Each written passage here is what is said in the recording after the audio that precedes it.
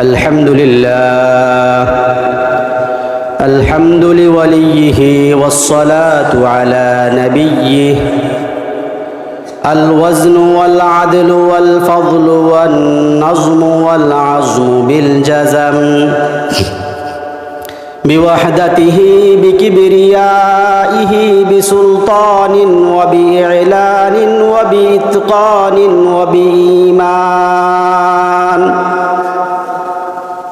وبإيمان في فرقان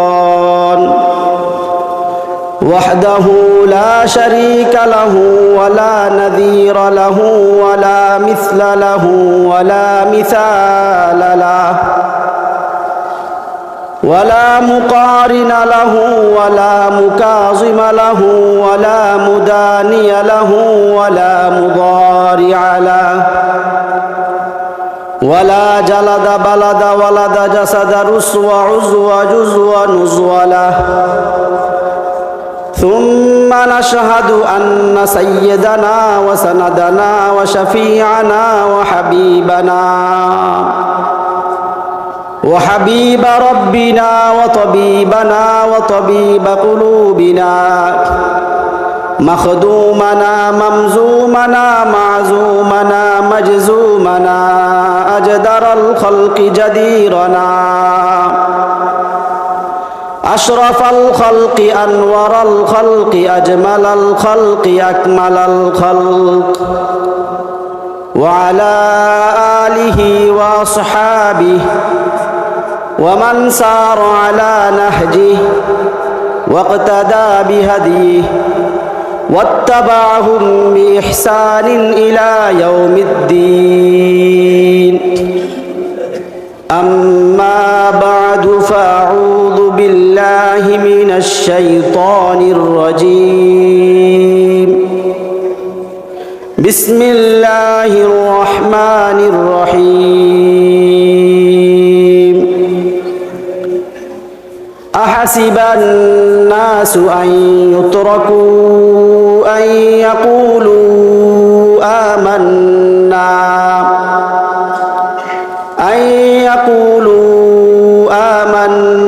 وهم لا يفتنون آمنت بالله صدق الله العلي العظيم وبلغنا رسوله النبي الأمي الكريم ونحن على ذلك لمن الشاهدين الشاكرين والحمد لله رب العالمين الحمد لله সর্বপ্রথম মহিয়ান গরিয়ান পরম করুণাময় আল্লাহ জাল্লা জালালুহু ওয়া আম্মা নওয়ালুহুর শাহী দরবারে অসংখ্য অগণিত শুকরিয়া জ্ঞাপন করছি যে মহান মালিক খালিকে কায়নাত রব্বুল জালাল আমাদেরকে ফিতনাময় এই যুগে দুনিয়ার সকল ব্যস্ততা থেকে মুক্ত করে কিছু সময় কোরআন সুন্নাহর আলোচনা, কল্যাণ ও নাজাতের আলোচনা, মুক্তি ও সফলতার আলোচনা, ইহকালীন সুখ শান্তি সমৃদ্ধি ও পরকালীন চূড়ান্ত সাকসেস ও কামিয়াব হওয়ার আলোচনা করার উদ্দেশ্যে আজকের এই রাজীবপুর তিনাগাজী হাওলাদার জামে মসজিদ ও তিনাগাজী হাওলাদার তালিমুল কোরআন মাদ্রাসার উদ্যোগে আয়োজিত তাফসিরুল কোরআন মাহফিলকে কেন্দ্র করে অত্র মসজিদে এসে বসার, আলোচনা করার ও শোনার সুযোগ ও তৌফিক করে দিয়েছেন। যেই মহান মালিকের পক্ষ থেকে তৌফিক প্রাপ্ত হয়ে আমরা এই সুযোগটি লাভ করেছি, অন্তর অন্তঃস্থল থেকে হৃদয়ের সবটুকু ভালোবাসা উজাড় করে তারই শেখানো ভাষায় তারই দরবারে শুকরিয়া কৃতজ্ঞতা আদায় করে বলি আলহামদুলিল্লাহ। ভূমিকা ছাড়াই যে বিষয়টি নিয়ে আপনাদের সামনে আলোচনা করব, এটি অত্যন্ত গুরুত্বপূর্ণ বিষয়। তবে সচরাচর মাহফিলগুলোতে বিষয়টি নিয়ে আলোচনা হয় না। বিষয় হলো শেষ জামানার ফিতনা, ঈমানের পরীক্ষা এবং এই পরীক্ষায় কিভাবে আমরা পাশ করতে পারবো, পাশ করার উপায়, শেষ জামানার ইমানের পরীক্ষা ও পরীক্ষায় পাশ করার উপায়। যেহেতু আল্লাহ রাব্বুল আলামিন রাসূলুল্লাহ সাল্লাল্লাহু আলাইহি ওয়াসাল্লামকে শেষ নবী, শ্রেষ্ঠ নবী এবং সমস্ত নবীদের সরদার ইমামুল আম্বিয়া হিসেবে প্রেরণ করেছেন, এই জন্যে রাসূলুল্লাহ সাল্লাল্লাহু আলাইহি ওয়াসাল্লামের মাধ্যমে ইসলাম নামক ধর্মকে পূর্ণাঙ্গতা দান করেছেন। ফলে ইসলামে অস্পষ্ট কোনো বিষয় নেই। قال النبي صلى الله عليه وسلم تركتكم على المحجة البيضاء ليلها ونهارها سواء। রাসূলুল্লাহ সাল্লাল্লাহু আলাইহি ওয়াসাল্লাম বলেন, ও আমার উম্মতেরা, তোমরা জেনে রাখো, আমি তোমাদের জন্য অস্পষ্ট কোনো বিষয় রেখে যাইনি। ইসলামের ক্রান্তি লগ্নে, মুসলমানদের ক্রান্তি লগ্নে কখন কি করণীয় সব কিছু সুস্পষ্টভাবে বর্ণিত হয়েছে। ইসলামের প্রতিটা বিষয় এতই স্পষ্ট, এতই স্পষ্ট, এতই স্পষ্ট যে ইসলামের দিন আর রাত নাই। কোনো বিষয় অস্পষ্ট, কোনো বিষয় যদি স্পষ্ট হয় তাহলে দিন আর রাতের ভিন্নতা চলে আসে। বরং ইসলামের বিষয়গুলো এর ক্ষেত্রে দিন ও রাত এক সমান, অর্থাৎ সব কিছু দিনের আলোর ন্যায় উজ্জ্বল ও স্পষ্ট। সুতরাং শেষ জামানায় কি ধরনের ফিতনা হবে, কি ধরনের ইমানের পরীক্ষায় আমরা অবতীর্ণ হতে হবে, সেই বিষয়গুলো রাসূলুল্লাহ সাল্লাল্লাহু আলাইহি ওয়াসাল্লাম বলে গেছেন। আমাদের সমাজে আমাদের বাচ্চারা বা আমরা নিজেরা স্কুলে মাদ্রাসায় লেখাপড়া করি কিনা, সেখানে কেউ যদি শুধু ক্লাস করে, ক্লাস করার কারণে তাকে পাস ধরা হয় না, বরং তার থেকে পরীক্ষা নেওয়া হয়। স্কুলের মাস্টার সাহেব জানেন এই ছেলেটা সারা বছর লেখাপড়া করেছে, সারা বছর ক্লাসে উপস্থিত হয়েছে, এ তো পড়ালেখা ভালো পারে, সুতরাং তাকে 100তে 100 দিয়ে দেই। বিষয়টা কিন্তু এমন না। স্যার মাস্টার জানেন এ পরীক্ষা দিলে অবশ্যই 100তে 100 পাবে, তারপরও পরীক্ষা ছাড়া কাউকে পাস দেওয়া হয় না। যে পরীক্ষা দেয় নাই সে যতই ভালো ছাত্র হোক না কেন তাকে পাস দেখানো হয় না, বরং পরীক্ষার খাতায় তাকে গায়ের হাজির দেওয়া হয়, অনুপস্থিত দেওয়া হয়। ঠিক তেমনিভাবে কোনো ব্যক্তি যদি দাবি করে আমি ইমানদার, আমি মুসলমান, আমি আল্লাহ রাব্বুল আলামিনকে এক হিসাবে বিশ্বাস করি, রাসূলুল্লাহ সাল্লাল্লাহু আলাইহি ওয়াসাল্লামকে শ্রেষ্ঠ নবী হিসাবে বিশ্বাস করি, আমি আশিকে রসুল, রসুলের আশিক, আমি রাসূলুল্লাহ সাল্লাল্লাহু আলাইহি ওয়াসাল্লামকে ভালোবাসি, এটা শুধু দাবি করলে হবে না, বরং তাকে পরীক্ষা দিতে হবে।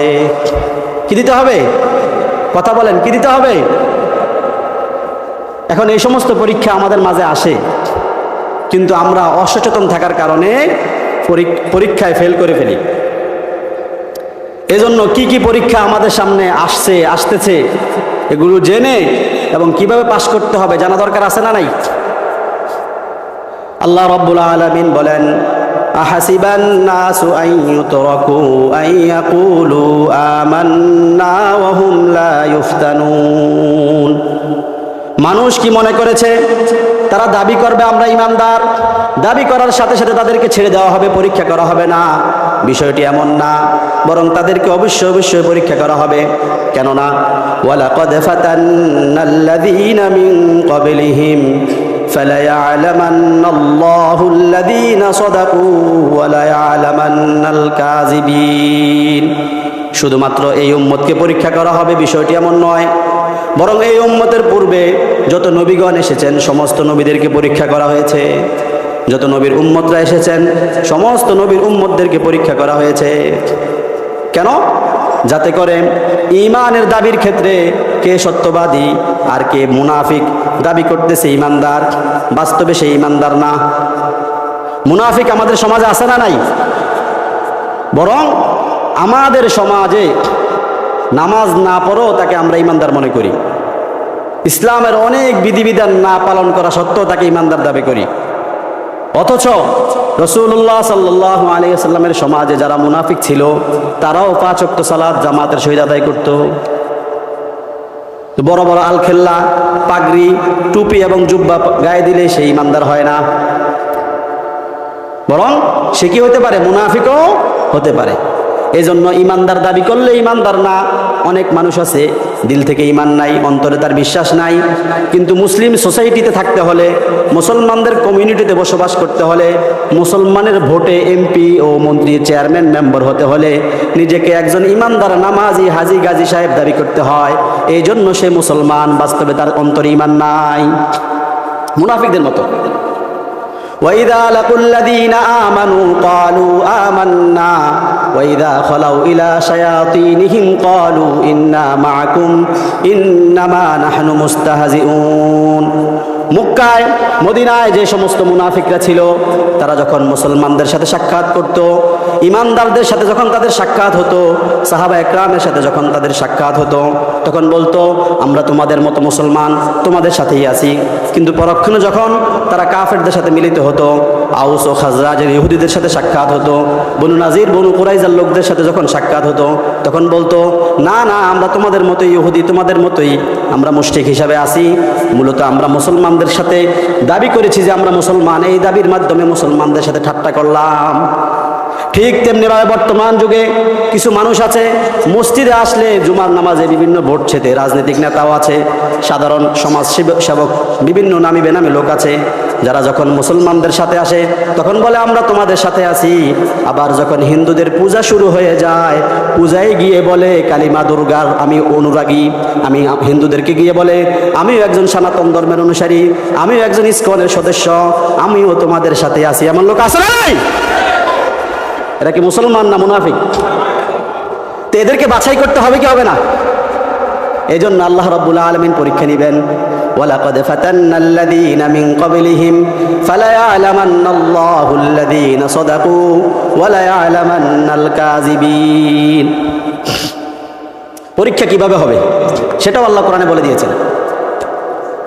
সূরা বাকারা ইরশাদ হয়েছে, সূরা বাকারার 135 নম্বর আয়াত, وَلَنَبْلُوَنَّكُمْ بِشَيْءٍ مِّنَ الْخَوْفِ وَالْجُوعِ وَنَقْصٍ مِّنَ الْأَمْوَالِ وَالْأَنفُسِ وَالثَّمَرَاتِ।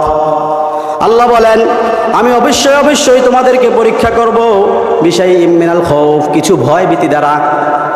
যারা ইমানদার হবে কাফেরদের কর্তৃক তাদের উপর ভয় ভীতি প্রদর্শন করা হবে।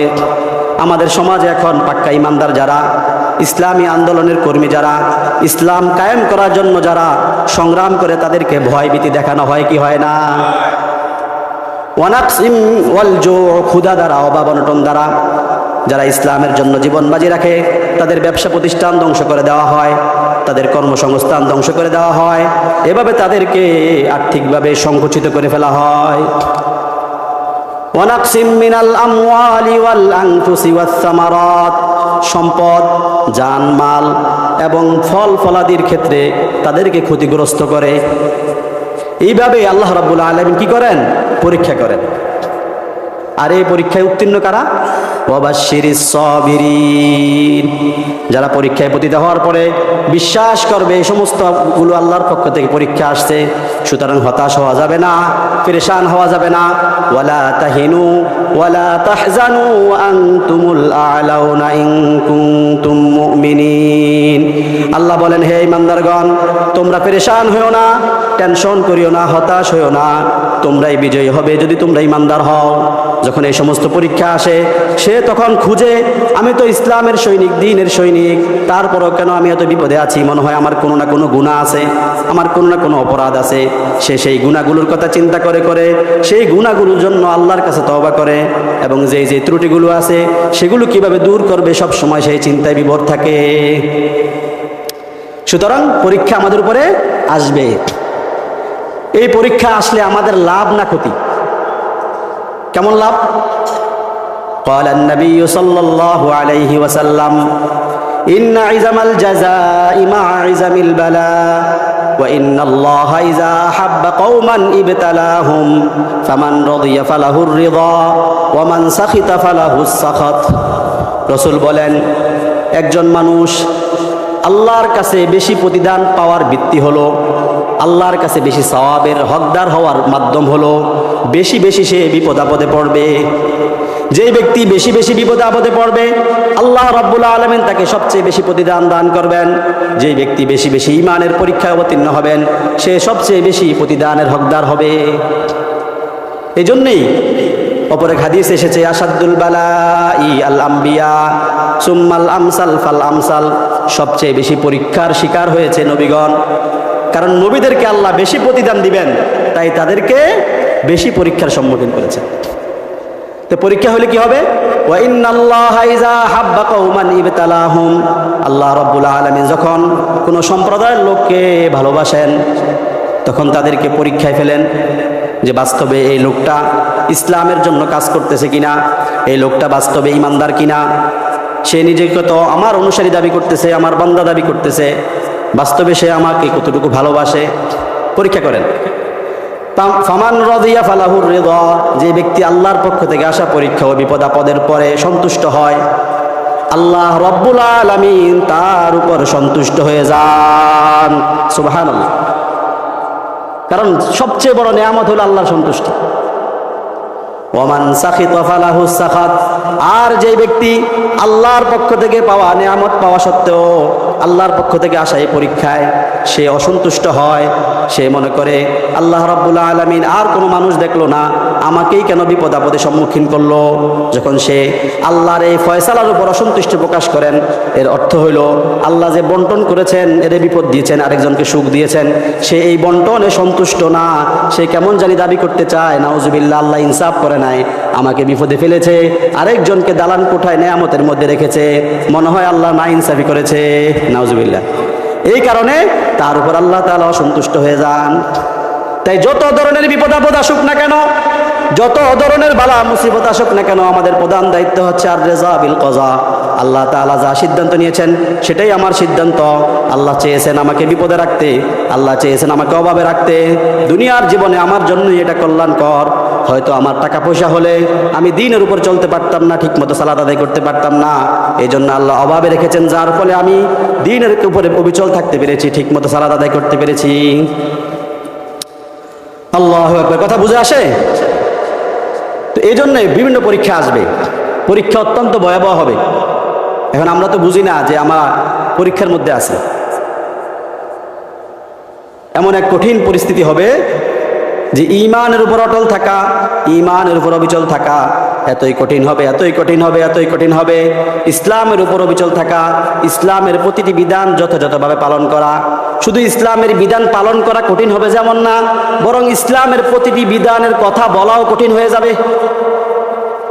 এখন কোরআনের সব আয়াতের ওয়াজ করা যায় না। কোরআনের 482 আয়াত আছে যেখানে জিহাদের কথা আছে, কিতালের কথা আছে, কাফের মুশরিক বেঈমান বেদিনদের বিরুদ্ধে সশস্ত্র যুদ্ধের কথা আছে। সেগুলো আলোচনা করলে বলে জঙ্গি, ঠিক না ঠিক? বলা হয় সন্ত্রাসী। এজন্য রাসূল বলেন, ইয়াতি আলান নাসি জামানুন আস-সাবিরু ফীহিম আলা দীনিহি কাল কাবিদ আলাল জামার। রাসূল বলেন, ও আমার উম্মতেরা, শুনে রাখো, সতর্ক হয়ে যাও, সাবধান হয়ে যাও। তোমাদের মধ্যে, তোমাদের নিকট এমন একটা সময় আসবে, এমন একটা যুগ আসবে, যে সময় ঈমানের উপর অটল থাকা, ঈমানের উপর অবিচল থাকা এতই কঠিন হবে, এতই কঠিন হবে, এতই কঠিন হবে। যেমনি ভাবে জ্বলন্ত আগুনের কয়লা হাতে রাখা কঠিন, ঠিক তেমনি ভাবে সেই সময় ঈমানের উপর অটল থাকা কঠিন হয়ে যাবে। জ্বলন্ত আগুনের কয়লা, আগুন জ্বলতেছে, এই কয়লাকে আমরা হাতে ধরে রাখতে পারবো? এটা যত কঠিন, ঈমানের উপর টিকে থাকা তার চাইতে বেশি বেশি কঠিন হয়ে যাবে। আপনারা বলবেন, কই, আমাদের কাছে তো এত কঠিন লাগতেছে না। বোঝা গেল ঈমানের মধ্যে কি আছে, সমস্যা আছে। কারণ আমরা এখন ইমানদার কি ইমানদার না সেটাও অনেকে নিশ্চিত না। আচ্ছা, আমি প্রশ্ন করি, আমাদের মধ্যে কার কার উজু আছে? হাত উঠান তো দেখি, হাত নামান। আপনাদের যে অজু আছে এটা বুঝলেন কিভাবে যে অজু ভঙ্গের কোনো কারণ পাওয়া যায়নি? যাদের অজু নাই তারা বুঝলেন কিভাবে অজু ভঙ্গের কারণ পাওয়া গেছে? হয়তো প্রস্রাব করেছেন, ওয়াশরুমে গিয়েছেন, বাতাস বের হয়েছে, ঘুমিয়েছেন, যাই হোক, তার মানে অজু ভঙ্গের কারণ জানার কারণে আপনি নিশ্চিত বলতে পারতেছেন আপনার অজু আছে না নাই। কিন্তু ঈমান ভঙ্গের কারণ কে কে জানি? ঈমান কি ভাঙ্গে কি ভাঙ্গে না? নাকি মুসলমানের পেট থেকে জন্ম নিলে ঈমানদার? ঈমান ভাঙ্গে কি ভাঙ্গে না? ঈমান ভঙ্গের যে 10 কারণ, এটার অনুবাদে শরীর সম্পাদনা আমার, গুগলে সার্চ দিলে ইমান ভঙ্গের কারণ লেখে সার্চ দিলে যেই বইটা পাবেন সেই বইটার শরীর সম্পাদক আমি। আল্লাহ তাআলা কাজ করার তৌফিক দান করেছেন, আলহামদুলিল্লাহ। তো ইমান ভঙ্গের কারণ আমরা জানি কি জানি না? অধিকাংশ মানুষ জানি না, যার কারণে আপনার ইমান আছে না নাই সেটা কিভাবে বলবেন? যে লোকটা অজু ভঙ্গের কারণ জানে না, সে হয়তো পিছনের রাস্তা দিয়ে বাতাস বের হওয়ার পরে অথবা কিছুক্ষণ ঘুমিয়ে থেকে এসে বলবে যে আমার অজু আছে, কারণ সে তো জানে না কি কারণে অজু ভাঙ্গে। তো ঠিক তেমনি ভাবে সমাজের পরতে পরতে, সমাজের বাঁকে বাঁকে হাজারো কুফরি কথা, হাজারো শিরকি কথা বিদ্যমান আছে, যেগুলো ফিতনা হিসাবে, পরীক্ষা হিসাবে আমাদের মাঝে বিদ্যমান। কিন্তু ইমান ভঙ্গের কারণ না জানার কারণে সেই কাজগুলো আমরা নির্লজ্জভাবে অহরহ করে যাচ্ছি, আর ভাবতেছি আমি তো পাক্কা ইমানদার। ওই কারণগুলো পাওয়া যাওয়ার পরে যদি আপনি হাজারো ইমানদার হন, যদি হাজারো নামাজ পড়েন, হাজারো সেজদা দেন, কিন্তু শিরকি একটা বিশ্বাস আপনার মধ্যে আছে, কুফরি একটি বিশ্বাস আপনার মধ্যে আছে, যতই আপনি মসজিদে এসে সেজদা দেন, আপনি কখনো ইমানদার হতে পারবেন না। মক্কার মুনাফিকরা এক ওয়াক্ত নামাজ মসজিদ ছাড়া পড়ে নাই, আপনি তো অনেক নামাজ ছেড়ে দিচ্ছেন। তাহলে বোঝা গেল ইমান ভঙ্গের কারণ না জানার কারণে আমরা যে আসলে ফিতনার মধ্যে আছি, পরীক্ষার মধ্যে আছি, এটা আমাদের বুঝে আসে না। আমি আজকে ইমান ভঙ্গের কারণ নিয়ে আলোচনা করব না, কারণ এটা বিশদ আলোচনা। আমি শুধু আজকে পরীক্ষা এবং ফিতনা নিয়ে আলোচনা করব। কেমন ফিতনা হবে? قال النبي صلى الله عليه وسلم بادروا بالاعمال فتنا। আমি নিজের থেকে কথা বলার চেয়ে রাসূলুল্লাহ সাল্লাল্লাহু আলাইহি ওয়াসাল্লাম হাদিসগুলো শুনাই, এটা ভালো হয় না? بادروا بالأعمال فتنا كقطع الليل المظلم يصبح الرجل مؤمنا ويمسي كافرا أو يمسي مؤمنا ويصبح كافرا يبيع الرجل دينه بعرض من الدنيا قليل। রাসূলুল্লাহ সাল্লাল্লাহু আলাইহি ওয়াসাল্লাম বলেন, ও আমার সাহাবারা, তোমরা ফিতনার জমানা আসার আগে আগে নিজের ইমান আমল মজবুত করে নাও, নিজেকে পাক্কা ইমানদার হিসেবে গড়ে নাও। কেমন ফিতনা আসবে? অন্ধকার রাতের ন্যায় ফিতনা। আমাবস্যার অন্ধকার রাতে যেমনি ভাবে হাত উঠালে চোখের সামনে হাত নিলেও হাত দেখা যায় না, ঠিক তেমনি ভাবে এমন অন্ধকার রাতের ন্যায় ইমানের পরীক্ষা আসবে, ফিতনা আসবে, যে তখন কোনটা ইমান কোনটা শিরিক পার্থক্য করা যাবে না। কিরকম কঠিন পরীক্ষা হবে? ইউসবিহুর রাজুলু মুমিনান ওয়া ইউমসি কাফিরা। একজন মানুষ সকালে ঘুম থেকে ঘর থেকে যখন বের হবে, ঘুম থেকে ওঠার পর যখন ঘর থেকে বের হবে, সে ইমানদার থাকবে। ঘর থেকে বের হয়ে ব্যবসা প্রতিষ্ঠানে যাবে, কর্মসংস্থানে যাবে, মার্কেটে যাবে, কাজে কর্মে যাবে, বিভিন্ন লোকের সাথে কথা হবে, আড্ডা হবে। এই ফাঁকে তার মধ্যে এমন কোনো বিশ্বাস ঢুকে যাবে, সন্ধ্যায় যখন সে ঘরে ফিরবে সে তখন কাফের হয়ে যাবে। আবার অনেক মানুষ সন্ধ্যায় ঘরে তো ইমানদার অবস্থায় পৌঁছবে, ইমান নিয়ে ঘরে আসার পর অ্যান্ড্রয়েড মোবাইল চালাবে সারা রাত, পর্নোগ্রাফি, বিভিন্ন ইন্ডিয়ান মুভি, ব্লু ফিল্ম দেখতে দেখতে দেখতে দেখতে এমন এক বিশ্বাস তার অন্তরে ঢুকে যাবে, হিন্দু ধর্মের প্রতি কোনো শ্রদ্ধা এসে যাবে। কারণ ইন্ডিয়ান মুভিগুলোতে শেখানো হয় মূর্তিকে কিভাবে সম্মান করতে হয়। তারা বিভিন্ন প্রেম প্রীতি এবং বিভিন্ন অ্যাক্টিনের আড়ালে হিন্দু ধর্মকে, মূর্তিকে, মুসলমানদের মূর্তিকে সুন্দর হিসাবে উপস্থাপন করা হয়। এই ফাঁকে মুভি দেখতে দেখতে দেখতে দেখতে এমন করে বিশ্বাস এসে যাবে যে রাতের বেলা ঘুমিয়ে সকালে যখন সে ঘুম থেকে উঠবে তখন সে বেঈমান হয়ে যাবে। এটা কার কথা? রাসূলুল্লাহ সাল্লাল্লাহু আলাইহি ওয়াসাল্লাম বলে গেছেন। রাসূলুল্লাহ সাল্লাল্লাহু আলাইহি ওয়াসাল্লাম যা বলে গেছেন সব কিছু ঘটতেছে। এমন অবস্থা হচ্ছে কি হচ্ছে না? এখন বলবেন তাহলে তো আলেম ওলামা যারা আছে তারা তো আমাদেরকে সঠিক দিক নির্দেশনা দিবে। কয় না না না না, বরং আলেমের লেবাসদারি হাজারো মানুষ এমন আছে, ইয়াবিউ দীনাহু বিআরদিম মিনাদ দুনিয়া কলিল। দুনিয়ার সামান্য টাকার বিনিময়ে, দুনিয়ার সামান্য ক্ষমতার জন্য, দুনিয়ার সামান্য পদের জন্য তারা ইসলামের সঠিক জ্ঞান থাকা সত্ত্বেও মানুষের সামনে বর্ণনা করবে না, বরং মানুষদেরকে ভুলভাল বুঝাবে। ইয়াবিউ দীনাহু বিআরদিম মিনাদ দুনিয়া কলিল। আলেমের লেবাসদারি যারা আছে তারা যদি সঠিক পথে থাকতো তাহলে আর এত ফিতনা আমাদের মাঝে থাকতো না, ঠিক না ঠিক? সমস্যা, সমস্ত ফিতনাগুলো তো আলেমদের থেকে বের হয়। আল্লাহু আকবার। ভয়াবহ এই ফিতনার যুগে আমরা আছি। এই জন্য এই যুগে আমাদেরকে সাবধান থাকতে হবে। মনে করেন 144 ধারা জারি হয়েছে, তখন কি রাস্তাঘাটে আমরা স্বাভাবিকভাবে বের হতে পারবো? 5-7 জন একত্রে মিটিং করতে পারবো? সাবধান থাকতে হবে। ঠিক তেমনিভাবে আদম আলাইহিস সালাতু ওয়াস সালাম থেকে নিয়ে এই গত কয়েকশো বছর আগ পর্যন্ত পৃথিবী ছিল একরকম, আর এখনকার প্রতি বছর প্রতি মুহূর্তে মুহূর্তে পৃথিবী চেঞ্জ হচ্ছে। সেই যুগটা ছিল স্বাভাবিক যুগ, আর এই যুগটা হলো ফিতনার যুগ। গত 100 বছর আগ পর্যন্ত বিমান ছিল না, টেলিভিশন ছিল না, ইন্টারনেট ছিল না, অনলাইন ছিল না, ভিআইপি গাড়ি বাড়ির ব্যবস্থা ছিল না। আদম আলাইহিস সালামের যুগে যেমনি মানুষ ঘোড়ায় ছাওয়ার ছিল, 100 বছর আগেও মানুষ ঘোড়ায় করে চলতো, পৃথিবী একরকম ছিল। কিন্তু এখন পৃথিবী চেঞ্জ হচ্ছে, অনেক উন্নতি হচ্ছে। এই উন্নতির আড়ালে আড়ালে আড়ালে আড়ালে বিভিন্ন ইমানের পরীক্ষা আমাদের জন্য রয়েছে। ইমান বিধ্বংসী হাজারো মতবাদ আমাদের সমাজে আছে। ইমান বিধ্বংসী অন্যতম একটি মতবাদ গণতন্ত্র। অথচ আমাদের সমাজের মানুষ মনে করে এই গণতন্ত্র খারাপ কিছু না, সমাজতন্ত্র এরকম অনেক আছে, আমি সেদিকে যাব না। তো এরকম হাজারো এই গণতন্ত্রের আড়ালে কিছু বিশ্বাস আছে যেগুলো কুফরি বিশ্বাস। গণতন্ত্রের মূল theory for the people by the people, এবং যে সকল ক্ষমতার উৎস জনগণ, এই যে কথাগুলো আছে এগুলো সব তো কুফরি কথা। এ হওয়া বলতেছে সবাই। যাই হোক, আমি সেদিকে যাচ্ছি না। ফিতনা কেমন ভয়াবহ হবে তার আরেকটি হাদিস পেশ করতেছি। বুখারী, মুসলিম, আবু দাউদ অন্যান্য কিতাব এসেছে। قال النبي صلى الله عليه وسلم تعرض الفتن على القلوب كالحصير عودا عودا فأي قلب أشربها نكدت فيه نكتة سوداء وأي قلب أنكرها نكدت فيه نكتة بيضاء حتى تصير على قلبين على أبيض مثل الصفا فلا تضره فتنة ما دامت السماوات والأرض والآخر أسود مربادا كالكوز مجخيا لا يعرف معروفا ولا ينكر منكرا إلا ما أشرب من هواه। রাসূলুল্লাহ সাল্লাল্লাহু আলাইহি ওয়াসাল্লাম বলেন, ও আমার উম্মতেরা শুনে রাখো, কিয়ামতের আগে এমন একটা সময় আসবে যখন মানুষের অন্তরে একের পর এক ফিতনা ঢেলে দেওয়া হবে চাটাইয়ের মতো। আগের যুগে চাটাই ছিল, এখন তো চাটাই উঠে গেছে। চাটাইয়ের মধ্যে যেমনি ভাবে একটাকে আরেকটার সাথে লাগিয়ে লাগিয়ে কি করতে হয়, চাটাই বুনতে হয়।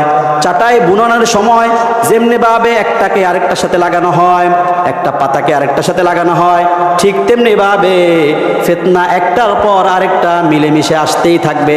একটা ফিতনা না যাইতে আরেকটা ফিতনা আসবে, আরেকটা ফিতনা না যেতে আরেকটা ফিতনা আসবে। এভাবে একের পর এক ইমান বিধ্বংসী কর্মকাণ্ড সমাজে প্রতিষ্ঠিত হতেই থাকবে। এই ফিতনাগুলো আসার পর মানুষ দুই ভাগে ভাগ হয়ে যাবে। কিছু মানুষ ওই ফিতনাকে আধুনিকতা মনে করে, ওই ফিতনাকে উন্নতির মাধ্যম মনে করিয়া, ওই ফিতনাকে সমাজে চলার জন্য জরুরত মনে করিয়া গ্রহণ করবে। গ্রহণ করার কারণে কি হবে, নুকিতাত ফিহি নুকতাতুন সাওদা, তার অন্তরে একটা কালো দাগ পড়ে যাবে। আর যে অন্তর বিশ্বাস করবে এটা ফিতনা, যদিও দেখতে দেখা যায় আধুনিকতা, এটার মধ্যে আমি মেসাল উদাহরণ যখন দিব তখন বুঝে আসবে ইনশাআল্লাহ। এটার মধ্যে পড়লে আমার ঈমান চলে যেতে পারে, তখন সে এটা থেকে বেঁচে থাকবে। ফলে তার অন্তরে একটা ঈমানের শুভ্র দাগ, ঈমানের শুভ্র একটা চিহ্ন পড়ে যাবে। এর মাধ্যমে মানুষ দুই ভাগে ভাগ হয়ে যাবে। এক নম্বর হলো যাদের অন্তরটা স্বচ্ছ আয়নার ন্যায় পরিষ্কার হবে। তাদের অন্তর যখন স্বচ্ছ পরিষ্কার হয়ে যাবে, তখন ভবিষ্যতে যত ফিতনা আসবে কোনো ফিতনা তাদেরকে ক্ষতি করতে পারবে না। আবার আরেক দল হবে কেমন, যাদের অন্তরে একটা ফিতনা গ্রহণ করার কারণে একটা কালো দাগ পড়বে, আরেকটা ফিতনার কারণে আরেকটা কালো দাগ পড়বে, আরেকটা ফিতনার কারণে আরেকটা কালো দাগ পড়বে। এভাবে কালো দাগ পড়তে পড়তে পড়তে পড়তে এমন হয়ে যাবে যেমনিভাবে লাকড়ির চুলায় দীর্ঘদিন পাতিলে রান্না করার পর ওই পাতিল উল্টানোর পরে পাতিলের উল্টা পিঠটা যেমন কালো হয়, 1 বছর 2 বছর পর্যন্ত একটা পাতিল লাকড়ি চুলায় রান্না করেন, এরপরে যতই ঘষা মাজা করেন না কেন এই কালো দাগ জীবনে উঠবে না। ঠিক তেমনি ভাবে পাতিল উল্টালে যেমন কালো হয়ে যায়, তার অন্তরটা এমন কালো হয়ে যাবে। আমাদের সমাজের অনেক মানুষ আছে যাদের অন্তরটা এমন কালো। ফলে কি হবে, লা ইয়ারিফু মারুফান ওয়ালা ইউনকিরু মুনকারান ইল্লা মা উশরিবা মিন হাওয়া। সত্য বিষয়কে যতই বোঝানো হবে, সঠিক বিষয়টা যতই বোঝানো হবে, সে কোনোদিন বুঝবে না। বেঠিক বিষয়কে যতই ব্যাখ্যা দেওয়া হবে, ভুল বিষয়গুলোকে যতই বোঝানো হবে, সে কোনোভাবে বুঝবে না। বরং যেটা তার মন চাইবে, তার মন যেটাকে ভালো বলবে, সে সেটাকেই ভালো হিসাবে গণ্য করবে। কোরআন সুন্নায় কি আছে, আল্লাহ আল্লাহর রসুল সাল্লাল্লাহু আলাইহি ওয়াসাল্লাম কি বলেছেন, সেদিকে তার সামান্য কর্ণপাত থাকবে না। সে নিজেরটাকেই সত্য বলে প্রতিষ্ঠিত করার চেষ্টা করবে। তো এমন পরিস্থিতি আমাদের সমাজে আছে এখন। তো কি ধরনের পরীক্ষা হবে আর কি ধরনের ফিতনা হবে, এগুলো কিছুর উদাহরণ নমুনা আপনাদের সামনে পেশ করতে চাই। আপনারা শোনার জন্য প্রস্তুত আছেন তো ইনশাআল্লাহ? 1 নম্বর ফিতনা, মুসলমানরা কাফেরদের অনুসরণ করার জন্য প্রতিযোগিতা করবে, আর কাফেররা মুসলমানদেরকে হত্যা করার জন্য প্রতিযোগিতা করবে। এখন ঘটতেছে, অথচ আল্লাহ রসুল সাল্লাল্লাহু আলাইহি ওয়াসাল্লাম 1450 বছর আগে বলে গেছেন, মুসলমানরা কি করবে? কাফেরদের অনুসরণ করার জন্য কাজে ব্যস্ত থাকবে, ইহুদি খ্রিস্টানদের অনুসরণের কাজে ব্যস্ত থাকবে। আর ইহুদি খ্রিস্টানরা এতে সন্তুষ্ট হবে না, বরং তারা এতটা সত্য মুসলমানদেরকে হত্যা করার জন্য পরস্পর ঐক্যবদ্ধ হয়ে মুসলমানদেরকে হত্যা করবে। রাসূলুল্লাহ সাল্লাল্লাহু আলাইহি ওয়াসাল্লাম বলে গেছেন, قال النبي صلى الله عليه وسلم لتتبعن سنن من قبلكم شبرا بشبر وذراعا بذراع حتى لو سلكوا جحر ضب لسلكتموه قالوا يا رسول الله اليهود والنصارى قال رسول الله صلى الله عليه وسلم فمن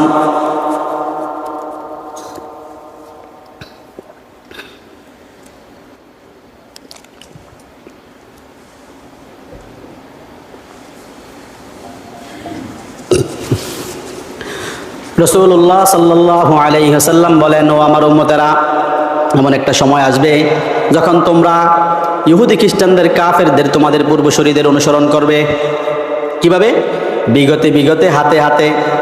অর্থাৎ তারা যেই পথে চলবে তোমরাও সেই পথে চলবে।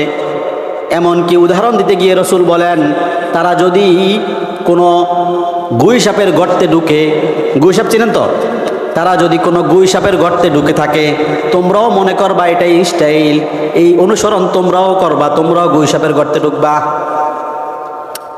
এখন তো হয়েছে ইহুদি খ্রিস্টানরা যেভাবে চুল কাটে, চুল মাঝখান দিয়ে একটু আছে, পিছন দিয়া নাই, সামনে দিয়া নাই, এটাই স্টাইল। চুলে এদিক দিয়ে একটু লাল, এদিক দিয়ে একটু হলুদ, এদিক দিয়ে একটু টিয়া কালার, এটাই স্টাইল। প্যান্ট এদিক দিয়ে একটু ছিঁড়া, এটাই স্টাইল। অনুসরণ করা হয় কি হয় না? এটা কি স্টাইল নাকি দেখতে অসুন্দর দেখায়? যতই অসুন্দর দেখাক না কেন, চুলের মধ্যে এমন সব কালার করে দেখতে বিশ্রী দেখা যায়, কিন্তু তারা এটাকে স্টাইল মনে করে গ্রহণ করে। শিবরম বিশিবরিন ওয়াজিরাম বিজিরা, হাতে বিগতে তোমরা অনুসরণ করবা। কঠিন পরিস্থিতি। সাহাবা একরাম জিজ্ঞেস করলেন, তারা কারা, কাদের অনুসরণ করবে? রাসূল বললেন, তারা হলো ইহুদি খ্রিস্টান। এখন আমরা অনুসরণ করি কি করি না? আর ইহুদি খ্রিস্টানরা কি করবে? তারা, আমরা তাদের অনুসরণ দেখে তারা আমাদের উপরে সন্তুষ্ট হবে না, বরং তারা আমাদেরকে হত্যা করার জন্য প্রস্তুতি নিচ্ছে এবং নিতে থাকবে। এটা রাসূলুল্লাহ সাল্লাল্লাহু আলাইহি ওয়াসাল্লাম বলে গেছেন। আমরা জানি না বিধায় সতর্ক হচ্ছি না, কারণ তারা ততক্ষণ পর্যন্ত আমাদের উপর সন্তুষ্ট হবে না যতক্ষণ না আমরা তাদের মতো ইহুদি খ্রিস্টান না হই। ওয়ালাং তারদা আন, আল্লাহ বলেন, ওয়ালাং তারদা আনকাল ইয়াহুদ ওয়ালান নাসারা হাত্তা তাত্তাবিআ মিল্লাতাহুম। তোমরা মনে করতেছ ইহুদিদের মতো চুল রাখলে তারা খুশি হবে, তাদের মতো জামা গায়ে দিলে তারা খুশি হবে, তাদের মতো দাড়ি শেভ করলে তারা খুশি হবে, তাদের মতো স্টাইল করে চললে তারা খুশি হবে। না না না, ইহুদি খ্রিস্টানরা তোমাদের উপরে ততক্ষণ পর্যন্ত খুশি হবে না যতক্ষণ না পর্যন্ত তোমরা তাদের মতো ইহুদি বা খ্রিস্টান হয়ে যাও। তো মুসলমানরা তো তাদের মতো ইহুদি আর খ্রিস্টান হবে না, শুধুমাত্র বেশভূষায় অনুসরণ করবে। ফলে তারা মুসলমানদেরকে হত্যা করার জন্য ঐক্যবদ্ধ হবে। রাসূল বলে গেছেন, قال النبي صلى الله عليه وسلم يوشك الأمم أن تداعى عليكم كما تداعى الأكلة إلى قصعتها। রাসূল বলেন, এমন একটা সময় আসবে যে সময় দুনিয়ার সকল কাফের সম্প্রদায়, দুনিয়ার সমস্ত ইহুদি খ্রিস্টানরা মুসলমানদেরকে হত্যা করার জন্য একে অপরকে ডাকবে। যেমনিভাবে মেজবান বাড়িতে দাওয়াতের অনুষ্ঠান হইলে সেই দাওয়াতের অনুষ্ঠানে খাবার তৈরি করার পর, খাবার প্রস্তুত করার পর, টেবিল সাজানোর পর মেহমানদেরকে ডাকা হয়, আই ভাই আসেন, এই টেবিলে বসেন, খেয়ে যান। এভাবে যেমনিভাবে একে অপরকে ডাকা হয়, ঠিক তেমনিভাবে কিয়ামতের পূর্বে মুসলমানদেরকে হত্যা করার জন্য কাফের রাষ্ট্রগুলো এক রাষ্ট্র আরেক রাষ্ট্রকে ডাকবে, একজন কাফের আরেকজন কাফেরকে ডাকবে। এটা হয়েছে কি না? ফিলিস্তিনে হামলা করার জন্য ন্যাটো গঠন হয়েছে, আফগানিস্তানে হামলা করার জন্য ন্যাটো গঠন হয়েছে, যেখানে 62টা কাফের রাষ্ট্র আছে। তারা কিভাবে এই দুর্গা প্রায় 18-20 বছর আফগানিস্তানে মুসলমানদেরকে হত্যা করেছে, 62টা রাষ্ট্র ঐক্যবদ্ধ হয়ে।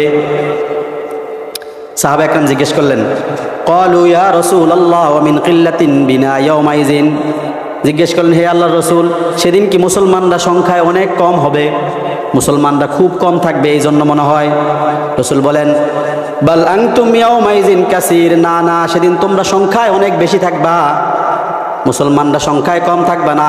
সেদিন সংখ্যায় 100 কোটি, 150 কোটি, 200 কোটি থাকবা, সংখ্যায় অনেক বেশি থাকবা। তাহলে কারণ কি? কারণ হলো ওয়ালাকিন্নাকুম গুসাউন কাগুসাইস সাইল, তোমরা ঢল ও বন্যার মধ্যে যেমনিভাবে খড়কুটা ভেসে যায় এমন খড়কুটার মতো হয়ে যাবা। দেখেন আমাদের এলাকায় মোটা গাছ আছে না, এমন গাছও তো আছে এই এলাকায়, যেহেতু পুরাতন এলাকা, যে গাছটা দুইজনও ধরতে পারবে না। এই গাছটা যদি বন্যার পানিতে ছাড়া হয়, সাধারণ কোনো জোয়ারে রাখা হয়, গাছটা কি ভেসে যাবে না ডুবে থাকবে? ডুবে থাকবে। মোটা গাছ ডুবে থাকবে। কিন্তু যদি এই গাছটাকে আপনি ভুসি বানায় ফেলান মিশিয়ে দিয়ে, গাছের যে ভুসি সেটাও তো গাছের অংশ, কিন্তু এই ভুসিটা পানিতে ছাড়ার সাথে সাথে ভাসা শুরু হয়ে যাবে। তো মুসলমানরা সবাই যদি ঐক্যবদ্ধ থাকতো তাহলে তারা গাছের মতো মজবুত থাকতো। কিন্তু মুসলমানরা সবাই আলাদা আলাদা হয়ে যাবে, যার কারণে তারা ভুসির মতো হবে, জোয়ারের পানি আসার সাথে সাথে তাদেরকে ভাসিয়ে নিয়ে যাবে। আরেকটা উদাহরণ, পাহাড়। পাহাড় তো মাটি দ্বারা বানানো, অথচ যতই বন্যা আসুক পাহাড়কে ভাসিয়ে নিতে পারে না। কিন্তু এই পাহাড়কে কেটে কেটে টুকরা টুকরা করে যখন খণ্ড বিখণ্ড করা হবে, বালু বালু করে ফেলা হবে, সাথে সাথে ভেসে চলে যাবে। তো মুসলমানরা নিজেরা পরস্পরে বিচ্ছিন্ন থাকবে, মতনক্কর মধ্যে থাকবে, যার কারণে ওয়ালাকিন্নাকুম গুসাউন কাগুসাইস সাইল, বন্যার ঢলের ময়লার মতো, ঢলের খড়কুটার মতো তারা থাকবে। ঢলের খড়কুটার মতো থাকার কারণে বন্যা আসার সাথে সাথে তাদেরকে ভাসিয়ে নিয়ে যাবে। আর কি হবে? ওয়ালা ইয়ানজিআন্নাল্লাহু মিন সুদুরি আদুউইকুমুল মাহাবাতা মিনকুম, আল্লাহ তাআলা তোমাদের অপরাধের কারণে, তোমাদের গুনাহের কারণে, তোমাদের শত্রু কাফের মুশরিক বেঈমানদের অন্তর থেকে তোমাদের ভয় উঠিয়ে নিয়ে যাবে। এত কোটি কোটি মুসলমান, কিন্তু তারা কাউকে ভয় করবে না। আজকে সংখ্যালঘু ইহুদি মাত্র 1,60,00,000 টোটাল সারা পৃথিবীতে, তাদেরকে সব দেশগুলো ভয় পায়। আর মুসলমানরা 200 কোটি হওয়া সত্ত্বেও এই সংখ্যালঘু ইহুদিরা মুসলমানদের উপরে হামলা করার জন্য কি পায় না? ভয় পায় না। আর মুসলমানদের অবস্থা কি হবে? ওয়ালা ইয়াকযিফান্নাল্লাহু ফী কুলুবিকুমুল ওয়াহান, আল্লাহ তাআলা তোমাদের অন্তরে ওয়াহান ঢেলে দিবেন। ফাকালা কায়লুন ইয়া রাসূলুল্লাহ মাল ওয়াহান, কোন সাহাবী জিজ্ঞেস করলেন, হে আল্লাহর রাসূল, ওয়াহান কি জিনিস? রাসূল বলেন, হুব্বুদ দুনিয়া ওয়া কারাহিয়াতুল মাউত, একটা হলো দুনিয়ার মোহাব্বত, দুনিয়ার প্রতি ভালোবাসা। 2 নম্বর হলো মৃত্যুর ভয়। মুসলমানদের অন্তরে দুনিয়ার ভালোবাসা, 2 নম্বর মৃত্যুকে ভয় করার কারণে কাফেররা আজ সারা পৃথিবীতে মুসলমানদের উপর হামলা করার জন্য সাহস পেয়েছে। আজ সারা পৃথিবীর যেদিকেই তাকাই সেদিকেই দেখা যাবে মুসলমানরা নির্যাতিত, নিপীড়িত, নিষ্পেষিত। ইরাকে হামলা হয়েছে, আফগানিস্তানে হামলা হয়েছে, কাশ্মীরে হামলা হয়েছে, হচ্ছে আরাকানে হামলা হয়েছে, হচ্ছে ফিলিস্তিনে হামলা হয়েছে, হচ্ছে চলতে আছে। সারা পৃথিবীতে মুসলমানদের উপর হামলা করা হচ্ছে, অথচ মুসলমানরা এখনো দুনিয়া নিয়ে ব্যস্ত। ঠিক না ঠিক? মুসলমানরা মৃত্যুকে ভয় পায়, মৃত্যুকে ভালোবাসে না। আল্লাহর সাথে সাক্ষাৎ করাকে মুসলমানরা ভালো না বাসার কারণে আজ সারা পৃথিবীতে মুসলমানরা নির্যাতিত, নিপীড়িত, নিষ্পেষিত, অত্যাচারিত। মুসলমানদের উপরে একের পর এক নির্যাতন ও অত্যাচারী স্ট্রিম রোলার চালানো হচ্ছে। ঠিক না ঠিক? তো বলছিলাম, মুসলমানরা করবে ইহুদি খ্রিস্টানদের অনুসরণ, আর ইহুদিরা মুসলমানদেরকে হত্যা করবে। এলো 1 নম্বর ফিতনা। এই কঠিন পরিস্থিতি এখন চলতেছে কি চলতেছে না? এই কথাগুলো আজ থেকে 1450 বছর আগে বলে গেছেন কে? পরে লড়াইয়ে লিপ্ত হবে, এক ভাই আরেক ভাইকে হত্যা করবে, এক মুসলমান আরেক মুসলমানের গলায় ছুরি ধরবে। কাফেররাও হত্যা করবে মুসলমানদেরকে একদিকে, অপরদিকে মুসলমানরা পরস্পর একে অপরকে হত্যা করবে। قال النبي صلى الله عليه وسلم لا تقوم الساعة حتى يكسر الهرج قالوا يا رسول الله ما الهرج قال القتل والقتل রাসূলুল্লাহ সাল্লাল্লাহু আলাইহি ওয়াসাল্লাম বলেন, ও আমার উম্মতেরা শুনে রাখো, ততক্ষণ পর্যন্ত কিয়ামত সংঘটিত হবে না যতক্ষণ না হারাজ আসে। সাহাবা একরাম জিজ্ঞেস করলেন, হারাজ কি জিনিস? রাসূল বললেন, হত্যা হত্যা হত্যা। এখন দেখা যাচ্ছে মা তার সন্তানকে হত্যা করতেছে, সন্তান মা বাবাকে হত্যা করতেছে, স্বামী স্ত্রীকে হত্যা করছে। এটা কি আজ থেকে 30 বছর 40 বছর আগে কেউ কোনোদিন কল্পনা করেছে? স্ত্রী স্বামীকে হত্যা করাচ্ছে, পরকীয়ার স্বামী দ্বারা, পরকীয়ার প্রেমিক দ্বারা অনেক স্ত্রী তার স্বামীকে হত্যা করিয়েছে। হত্যাকাণ্ড বাড়তে থাকবে, আর মুসলমানরা এক দেশ আরেক দেশের উপরে চড়াও হবে। এমনিভাবে পরস্পরে তারা লড়াইয়ের মধ্যে লিপ্ত হবে, রাজনৈতিক ইস্যু নিয়ে একদল আরেক দলের লোককে হত্যা করবে, অথচ সবাই মুসলমান। দরকার ছিল এগুলো বিভেদ ভুলে গিয়ে কাফেরদের বিরুদ্ধে ঐক্যবদ্ধ হওয়া, সেটা না করে নিজের একে অপরকে হত্যা করবে। আজ থেকে 1400 বছর আগে রাসূল বলে গেছেন সাল্লাল্লাহু আলাইহি ওয়াসাল্লাম। আরো কি হবে? আরো মজার হাদিস। قال رسول الله صلى الله عليه وسلم والذي نفسي بيده لا تذهب الدنيا حتى يأتي يوم لا يدري القاتل لمن قتل ولا يدري المقتول في من قتل। এমন একটা সময় আসবে যে রাসূল বলেন, ওই সত্তার শপথ যে আল্লাহর কাছে আমার জান, সে আল্লাহর কসম, ততক্ষণ পর্যন্ত কিয়ামত সংঘটিত হবে না যতক্ষণ পর্যন্ত এমন সময় না আসবে। কেমন সময়? যেমন একটা সময় আসবে যে সময় হত্যাকারী জানবে না কেন হত্যা করেছে, আর যাকে হত্যা করা হয়েছে সেও জানবে না তাকে কি অপরাধে হত্যা করা হয়েছে।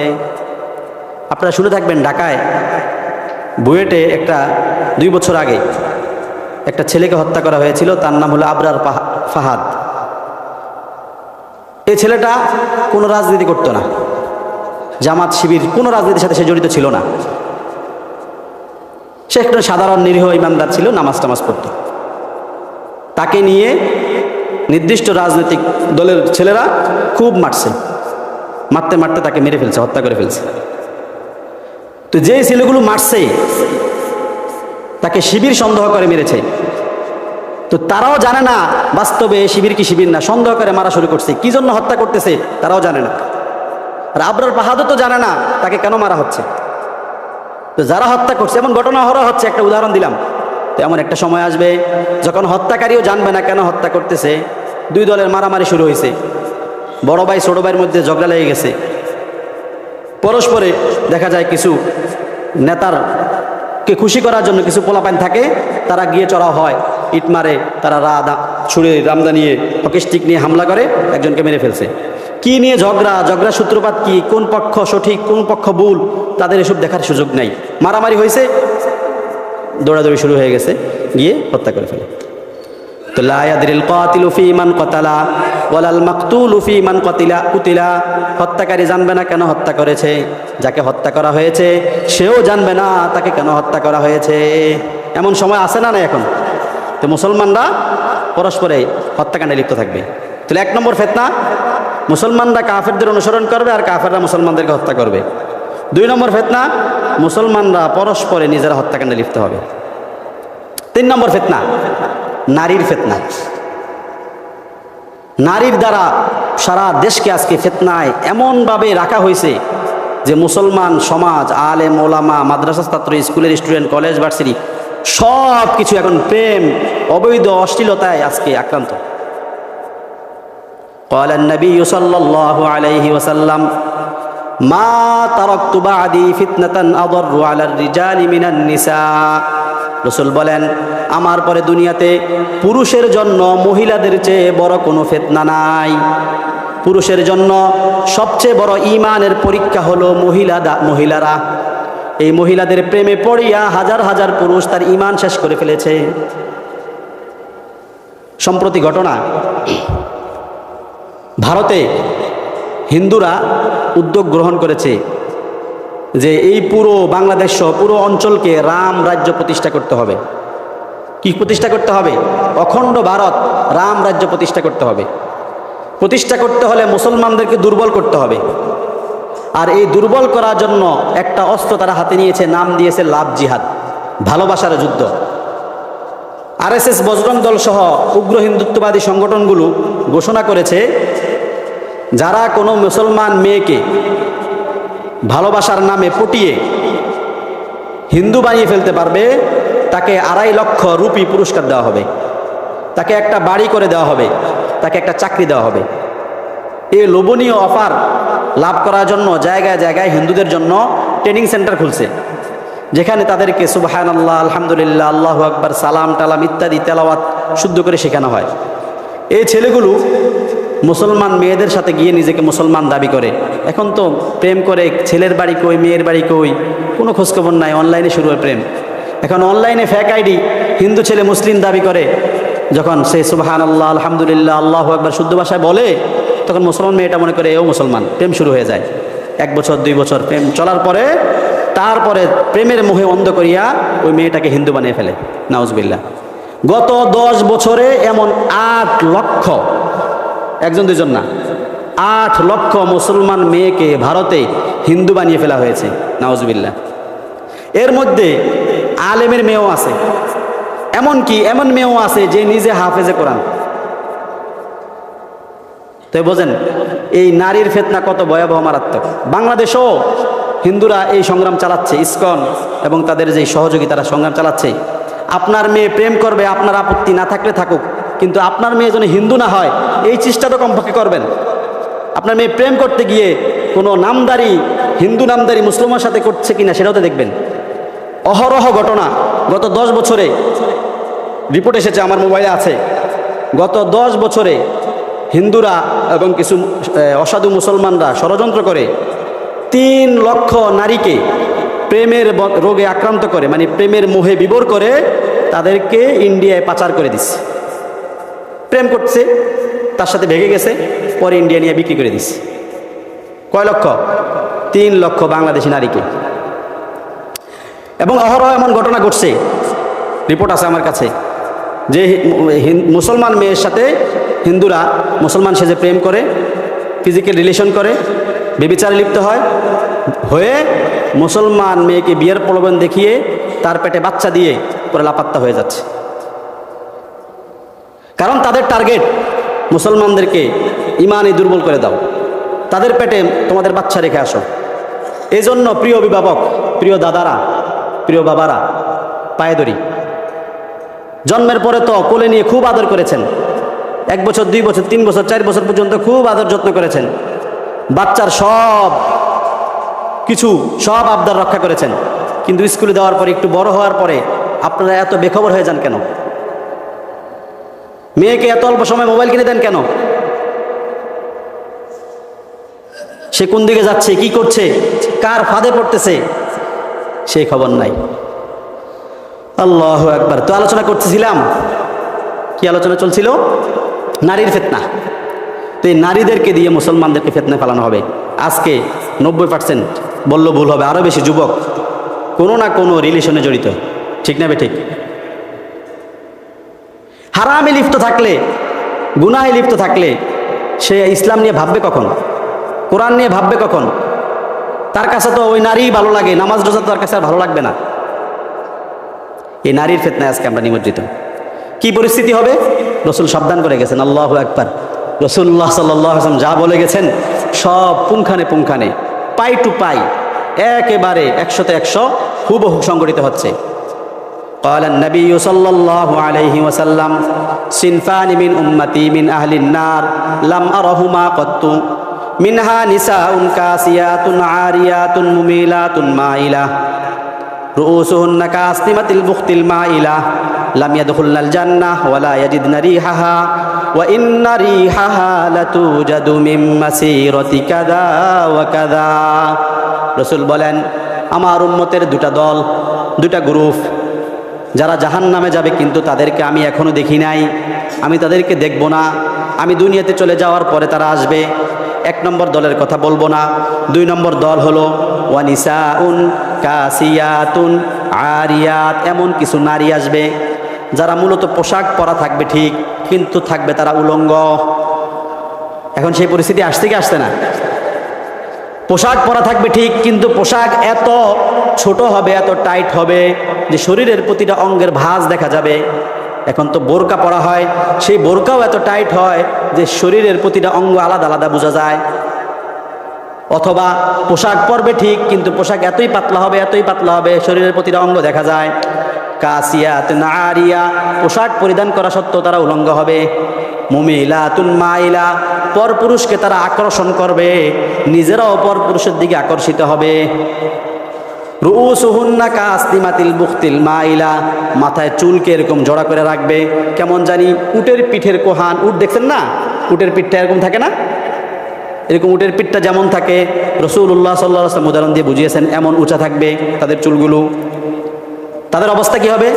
রাসূল বলেন লাম ইয়াদখুলনাল জান্নাহ, তারা জান্নাতে যেতে পারবে না। তারা তো জান্নাতে যাবেই না, যাবেই না, এই সমস্ত নারীদের অবস্থা হবে। এবং তারা জান্নাতের ঘ্রাণও পাবে না। ওয়ালা ইয়াজিদনা রিহাহা, জান্নাতের ঘ্রাণও পাবে না। ওয়া ইন্না রিহাহা লাতুজাদু মিন মাসিরাতি কাযা ওয়া কাযা, অথচ জান্নাতের ঘ্রাণ 500 বছরের রাস্তা দূর থেকে পাওয়া যায়। অর্থাৎ তারা জান্নাতের 500 বছর দূরত্বের কাছাকাছিও যেতে পারবে না। তারা জান্নাত থেকে কোটি কোটি মাইল দূরে থাকবে, তারা হবে জাহান্নামের ইন্ধন। তো নারীরা এভাবে ঘর থেকে সেজেগুজে বের হবে। এজন্যই আল্লাহ তাআলা সতর্ক করে দিয়েছেন, ওয়াকারনা ফি বুয়ুতিকুন্না ওয়ালা তাবাররাজনা তাবাররুজাল জাহিলিয়াতিল উলা, ও নারীরা তোমরা ঘরে অবস্থান করো, প্রথম জাহিলিয়াতি যুগের মতো সেজেগুজে বের হইও না। আল্লাহ তাআলা সেখানে জাহিলিয়াতে উলা বলছেন, কোরআনের শব্দ, প্রথম জাহিলিয়াত। অর্থাৎ রাসূলুল্লাহ সাল্লাল্লাহু আলাইহি ওয়াসাল্লাম আসার আগে সমাজে ঐশী দিক নির্দেশনা ছিল না, কোরআনের জ্ঞান ছিল না। সেই সময়ের মানুষ যেমন বর্বর ছিল, কিয়ামতের আগে এমন একটা সময় আসবে, দ্বিতীয় জাহিলিয়াত, সেই সময়ের মানুষও তেমন বর্বর হয়ে যাবে। জাহিলি যুগে যেভাবে নারীরা সেজে গুজে ঘর থেকে বের হতো, কিয়ামতের আগে আরেকটা জাহিলি যুগ আসবে, দ্বিতীয় জাহিলিতে যুগ, সেই সময়ও নারীরা সেজে গুজে রাস্তায় বের হবে। হাজারো নারীরা বেপর্দা করার কারণে কোটি কোটি পুরুষ আজকে ফিতনায় পড়তেছে, তারা তাদের প্রেমে অন্ধ হয়ে যাচ্ছে। যদি এই নারীগুলো পর্দার সহিত বোরকা পরে রাস্তায় বের হতো, এই যুবকগুলো তাদের প্রেমে পড়তো না। ঠিক না বেঠিক? এই নারীর ফিতনায় আমরা পড়ে গেছি। এই নারীর ফিতনা বাড়তে বাড়তে বাড়তে বাড়তে কি পর্যায়ে পৌঁছবে? রাসূলুল্লাহ সাল্লাল্লাহু আলাইহি ওয়াসাল্লাম বলেন, বাইনা ইয়াদাই সাআতি তাজহুরুর রিবা ওয়া তাফশুজ জিনা। রাসূল বলেন কিয়ামতের আগে সুদি কারবার বেড়ে যাবে। 2 নম্বর, জিনা ব্যভিচার ব্যাপক হয়ে যাবে। ঘরে ঘরে জিনা, ঘরে ঘরে জিনা, ঘরে ঘরে ব্যভিচার, ঘরে ঘরে ব্যভিচার। হচ্ছে কি হচ্ছে না? সবাই কথা বলেন, হচ্ছে কি হচ্ছে না? কি পরিস্থিতি হবে? এখন যে পর্যায়ে আছে আরো ভয়াবহ হবে, অলরেডি হয়ে গেছে। আগে তো জিনা করতো ঘরে লুকায়া, এখন ঘরে লুকিয়ে করে না, পার্কে গিয়ে জিনা করে। করে কি করে না? কিছুদিন পরে রাস্তায় করবে।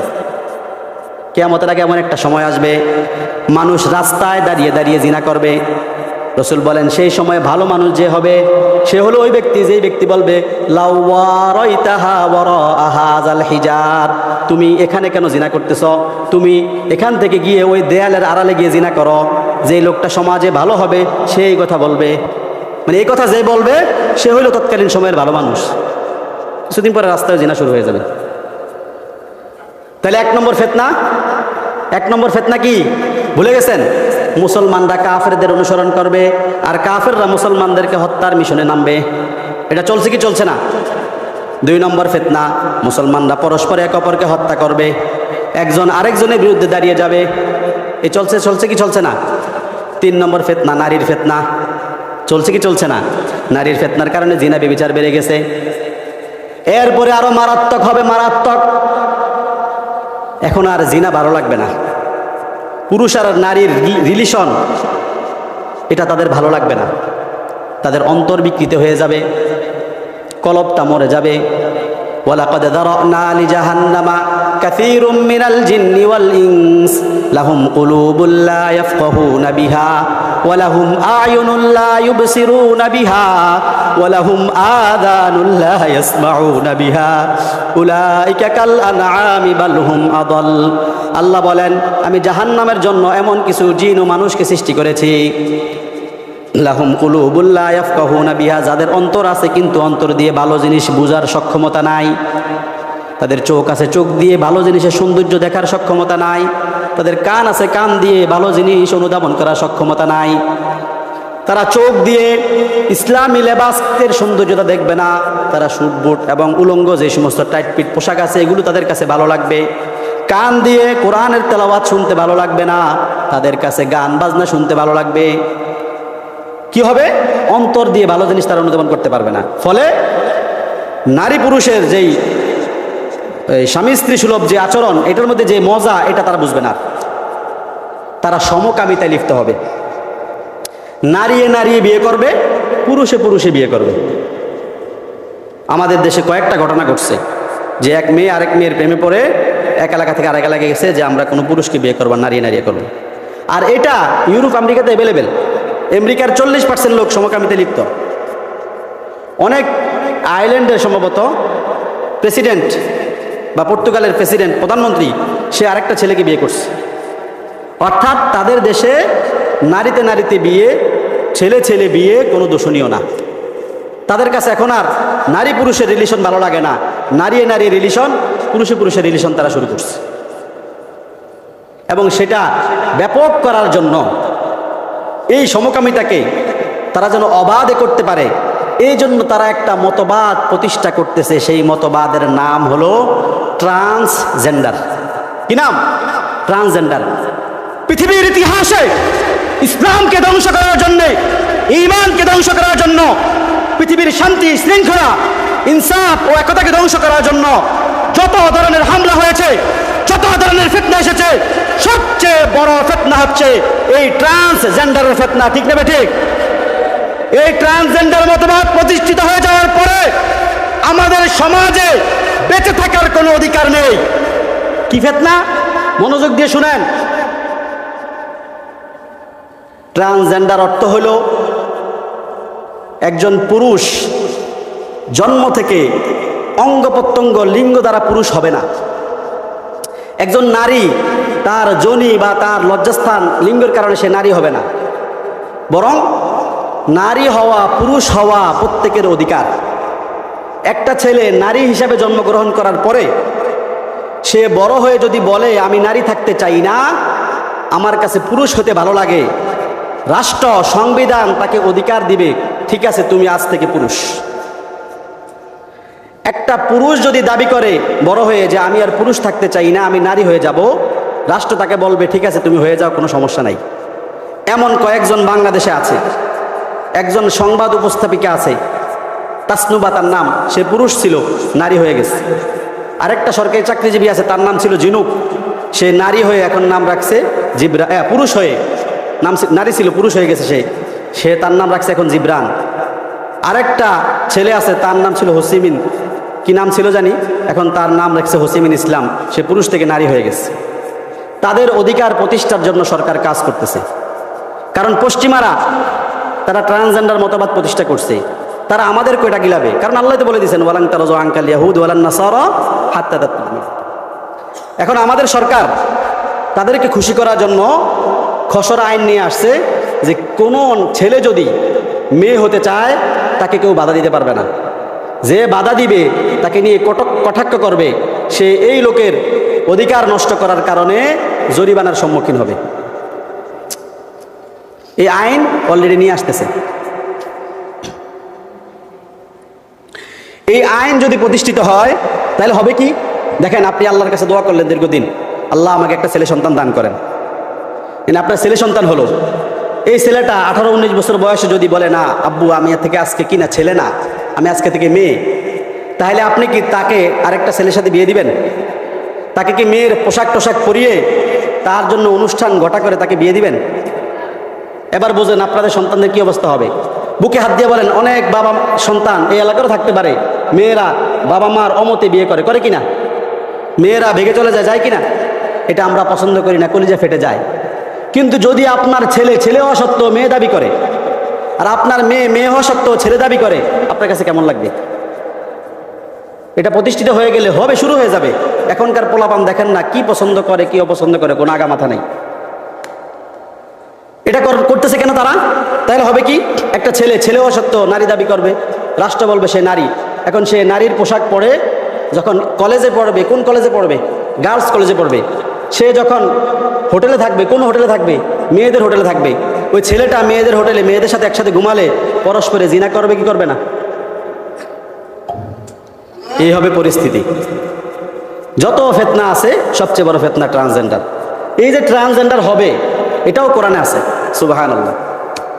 শয়তান আল্লাহর কাছে বলেছে, ওয়ালা উদিল্লান্নাহুম ওয়ালা উমান্নিয়ান্নাহুম ওয়ালা আমুরান্নাহুম ফালা ইউবাত্তিকুন্না আযালান আনআমি ওয়ালা আমুরান্নাহুম ফালা ইউগাইয়িরুন্না খালকাল্লাহ। শয়তান বলেন, আমি মানুষকে গোমরা করব, পথভ্রষ্ট করব, সর্বশেষে যে আমি তাদেরকে নির্দেশ দিব, তাদেরকে পরামর্শ দিব, ফালা ইউগাইয়িরুন্না খালকাল্লাহ, তারা আল্লাহর সৃষ্টিকে বিকৃতি করে ফেলবে। আল্লাহ বানিয়েছে তাকে নারী, সে নারী থাকতে চাইবে না, সে পুরুষ হয়ে যাবে। আল্লাহ বানিয়েছে তাকে পুরুষ, সে পুরুষ থাকতে চাইবে না, সে নারী হয়ে যাবে। কিভাবে হবে? একটা হলো কোনো অপারেশন ছাড়াই হয়ে গেল, আরেকটা হলো নারী অপারেশন করে তার ওখানে লিঙ্গ স্থাপন করবে, আর পুরুষ অপারেশন করে সেখানে নারীর লিঙ্গ স্থাপন করবে, নাউজুবিল্লাহ। কিন্তু সে তো পুরুষ হতে পারবে না, সে গর্ভ দিতে পারবে না, বাচ্চা দিতে পারবে না, সমকামিতে থাকবে। তো এই ফিতনা আমাদের সমাজে আসতেছে। তো এই কঠিন ভয়াবহ পরিস্থিতিতে আমার সময় শেষ পর্যায়ে আমরা ঈমান কিভাবে রক্ষা করব এই কথা বলে আমি আজকে আলোচনা শেষ করব ইনশাআল্লাহ। এই ভয়াবহ ফিতনা যেতগুলো আলোচনা করেছি সবগুলো আমাদের সমাজে আছে না নাই? এখন এই ফিতনা থেকে বাঁচার উপায় জানা দরকার, আছে না নাই? 3টা উপায় বলবো। 1 নম্বর, কোরআন সুন্নাহকে মজবুতভাবে আঁকড়ে ধরা। 2 নম্বর, হক্কানি আলেমদের সাথে চলাফেরা করা, বিচ্ছিন্ন থাকা যাবে না। 3 নম্বর, তাকওয়া অবলম্বন করা, প্রতিটি কদম ফেলার ক্ষেত্রে সতর্ক থাকা। 1 নম্বর, কোরআন সুন্নাহকে আঁকড়ে ধরা। এখনো আমরা মনে করি যে এটা আমল করলাম না, সমস্যা কি? কিন্তু এই আমল না করতে ফিতনায় পড়ে ঈমান শেষ হয়ে যাবে। আরে মেয়েগুলো প্রেম করেছে, মনে করছে প্রেম করা কবিরা গুনাহ, অসুবিধা কি? কিন্তু প্রেম করতে এক সময় ওই প্রেমের ফাঁদে পড়ে 8 লক্ষ মেয়ে হিন্দু হয়ে গেছে। সে তো গুনাহ না করছে, অবৈধ রিলেশনে না জড়াইছে, আচ্ছা একদিন তওবা করে নিব, কিন্তু তওবা করার সুযোগ হয় নাই, তাকে কাফের বানিয়ে দিয়েছে। এই জন্য এখন থেকে কোরআন সুন্নাহকে মজবুত আঁকড়ে ধরতে হবে। ওয়াতাসিমু বিহাবিলিল্লাহি জামিআ, আল্লাহর রশি কোরআনকে মজবুত আঁকড়ে ধরতে হবে। রাসূল বলেন, মা তারাকতু ফীকুম আমরাইন লান তাদিল্লু মা তামাসসাকতুম বিহিমা। ও আমার উম্মতেরা, কিয়ামতের আগে যত বড়ই ফিতনা আসুক না কেন, তোমাদের মাঝে আমি 2টি বিষয় রেখে যাচ্ছি। যদি এই 2টি বিষয়কে মজবুতভাবে আঁকড়ে ধরতে পারো, তোমরা কোনোদিন গোমরাহ হবে না, কোনোদিন পথভ্রষ্ট হবে না। 1 নম্বর, কিতাব আল্লাহ, আল্লাহর কিতাব। 2 নম্বর, সুন্নাত রাসূলুল্লাহ সাল্লাল্লাহু আলাইহি ওয়াসাল্লামের সুন্নাহ। 1 নম্বর গেল। 2 নম্বর, কোরআন সুন্নাহ সব বিধান নিজে নিজে অধ্যয়ন করে বোঝা সম্ভব না, যার কারণে উলামা একরামের সাথে সম্পর্ক রাখতে হবে, যাতে কোথাও যদি অস্পষ্টতা আসে, ও অস্পষ্টতা দেখে অন্তরে সংশয় তৈরি না হয়, বরং আমরা সেটার অনুসরণ করতে পারি। কারণ আল্লাহ রাব্বুল আলামিন আদেশ দিয়েছেন, আতিউল্লাহ ওয়া আতিউর রাসূল ওয়া উলিল আমরি মিনকুম, তোমরা আল্লাহর অনুসরণ করো, আল্লাহর বিধান মেনে চলো। ওয়া আতিউর রাসূল, রাসূলুল্লাহ সাল্লাল্লাহু আলাইহি ওয়াসাল্লামের আনুগত্য করো। ওয়া উলিল আমরি মিনকুম, তোমাদের মধ্যে যারা উলামা একরাম আছে তাদের আনুগত্য করো। তোমাদের কোরআন হাদিসের কোনো বিষয় অস্পষ্ট হলে, ফাইন তানাজাতুম ফি শাইইন ফারুদ্দুহু ইলাল্লাহি ওয়া ইলার রাসূলি ওয়া উলিল আমরি মিনকুম, কোনো বিষয় অস্পষ্ট হলে উলামা একরামের শরণাপন্ন হও। তাহলে 1 নম্বর, কোরআন সুন্নাহকে আঁকড়ে ধরতে হবে। 2 নম্বর, কোনো না কোনো আলেমের সাথে সম্পর্ক রাখবেন। আপনার ইমাম সাহেবের সাথে যেন আপনার ভালো সম্পর্ক থাকে, খতিব সাহেবের সাথে যেন ভালো সম্পর্ক থাকে, এলাকার যেই সমস্ত আলেমরা আছে সবার সাথে যেন আপনার সম্পর্ক থাকে। আপনি যেন আলেমদের থেকে বিচ্ছিন্ন না হন। আপনার সকল কাজ কোনো না কোনো আলেমের পরামর্শ অনুযায়ী করবেন। মেয়ে বিয়ে দিবেন, আলেমের সাথে পরামর্শ করবেন। ছেলে বিয়ে করাবেন, আলেমের সাথে পরামর্শ করবেন। ঘর করবেন, আলেমের সাথে পরামর্শ করবেন। অনুষ্ঠান করবেন, আলেমের সাথে পরামর্শ করবেন। ব্যবসা করবেন, আলেমের সাথে পরামর্শ করবেন। 3 নম্বর কাজ, তাকওয়া অবলম্বন করা। তাকওয়া শব্দের মধ্যে মাদ্দা হলো ওয়াও কফ ইয়া ওয়াকিউন, অর্থ হলো বেঁচে থাকা। বেঁচে থাকা মানে সব ধরনের গুনাহের কাজ থেকে বেঁচে থাকার নাম তাকওয়া। তাকওয়ার একটা অর্থ করা হয় আল্লাহকে ভয় করা। এটি তাকওয়ার শাব্দিক অর্থ না, এটি তাকওয়ার কি বলে রূপক অর্থ, কারণ আল্লাহকে ভয় করা ছাড়া তো গুনাহ থেকে বাঁচা সম্ভব না।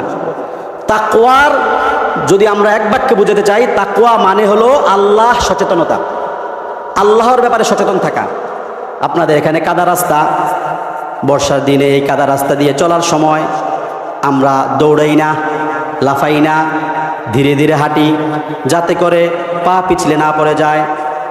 ঠিক তেমনিভাবে দুনিয়ায় চলার সময় এমন সাবধানভাবে চলা, সতর্কতার সাথে চলা, যেন আমার দ্বারা এমন কোনো কাজ না হয় যেই কাজে আল্লাহ রব্বুল আলামিন অসন্তুষ্ট হবেন, আমার দ্বারা যেন কোনো গুনাহের কাজ সংগঠিত না হয়, এমন সতর্কতা সাবধানতার সাথে চলার নাম তাকওয়া। এই তাকওয়া অবলম্বন করবেন, করলে কি হবে? আল্লাহ বলেন, ইয়া আইয়ুহাল্লাযীনা আমানু ইন তাত্তাকুল্লাহা ইয়াজআল লাকুম ফুরকানা। যদি তোমরা তাকওয়া অবলম্বন করো। আপনারা প্রশ্ন করবেন, হুজুর অমুক হুজুর এটা বলে, তমুক হুজুর এটা, অমুকে বলে এটা সঠিক, অমুকে বলে এটা ভুল, আমরা কি করব? তাকওয়া অবলম্বন করেন, গুনাহমুক্ত জীবন যাপন করবেন। আল্লাহ রাব্বুল আলামিন হক আর বাতিলের মধ্যে পার্থক্য করার যোগ্যতা আপনার অন্তরে দিয়ে দিবে। অটোমেটিকলি আপনি হকের পথে পরিচালিত হবেন। ইন তাত্তাকুল ওয়া মান ইয়াত্তাকিল্লাহা ইয়াজআল লাহু মাখরাজা। যত ফিতনা আসুক না কেন, যে তাকওয়া অবলম্বন করবে আল্লাহ রাব্বুল আলামিন তাকে সেখান থেকে বের হওয়ার রাস্তা দেখাই দিবেন। এজন্য অনেক ফিতনার আলোচনা করেছি এবং সেই ফিতনাগুলো থেকে বাঁচার 3টা উপায় বলেছি। 1 নম্বর, কোরআন সুন্নাহকে মজবুতভাবে আঁকড়ে ধরা। 2 নম্বর, সব কাজে ওলামাদের সাথে পরামর্শ করা। 3 নম্বর, আল্লাহর ব্যাপারে সচেতন থাকা তথা তাকওয়া অবলম্বন করা। এই 3টা কাজ যদি করতে পারেন, ইনশাআল্লাহ যত ফিতনা আসবে কোনো ফিতনা আপনাদেরকে গ্রাস করতে পারবে না। আল্লাহ রাব্বুল আলামিন কথাগুলোর উপরে প্রথমে আমাকে এবং আমাদের সকলকে আমল করার তৌফিক দান করুন। আমিন। ওয়া আখিরু দাওয়ানা আলহামদুলিল্লাহি রাব্বিল আলামিন।